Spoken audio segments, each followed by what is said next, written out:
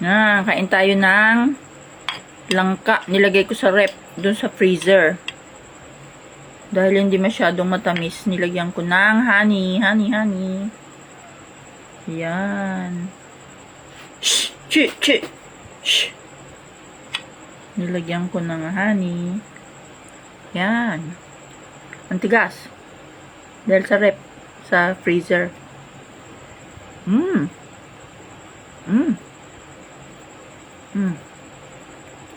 Ang lutong. Nilagyan ko ng honey, oh.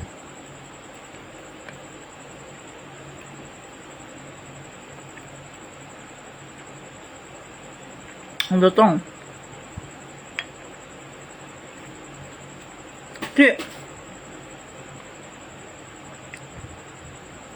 Ang tigas. Nilagyan ko ng honey. Hindi ko na to. Tog ang pronounce do.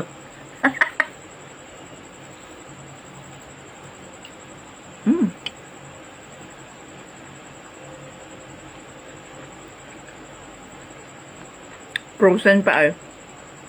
Kaya ang tigas. Malutong. Sarap.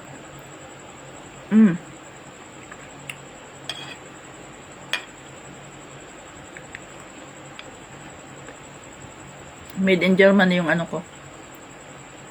Yung honey ko.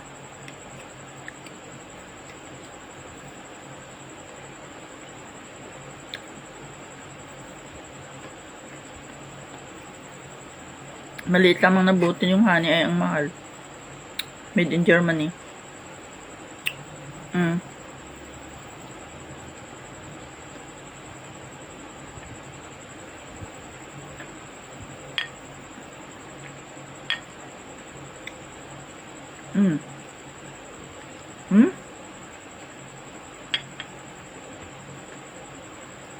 Honey yan.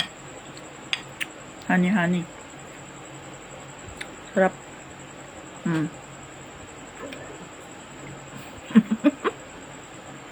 Nakakuluin siya na, no?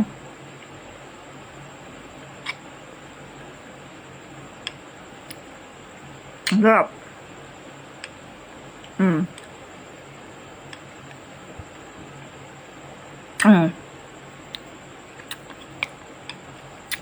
Ito yung ano, lagayan.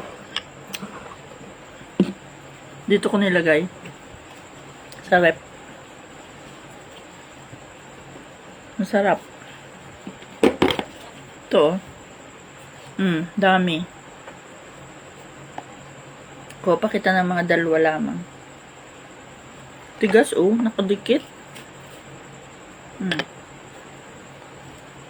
Ito ay hindi matamis.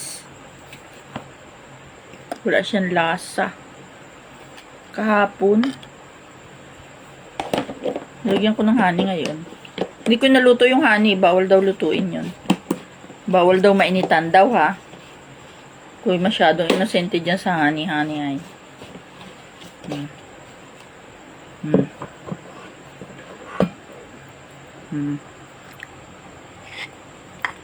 Yan. Ito muna natin. Toto. Ano kaya ang pronunciation nun? Magagaling dyan sa English ang dapat magturo sa akin. Ayaw kong sabihin magaling ako sa English. Kakahiya sa Diyos.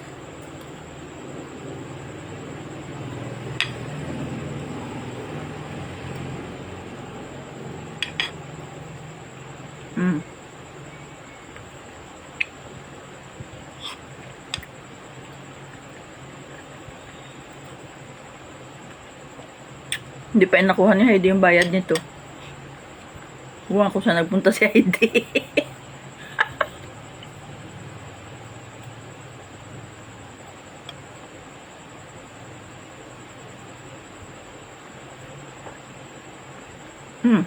Tiga.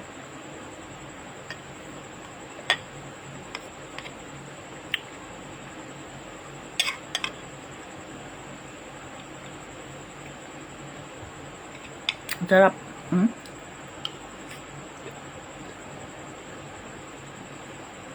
Jackfruit.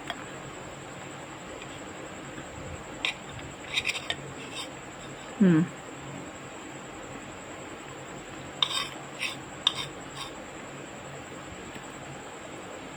Ang oras na.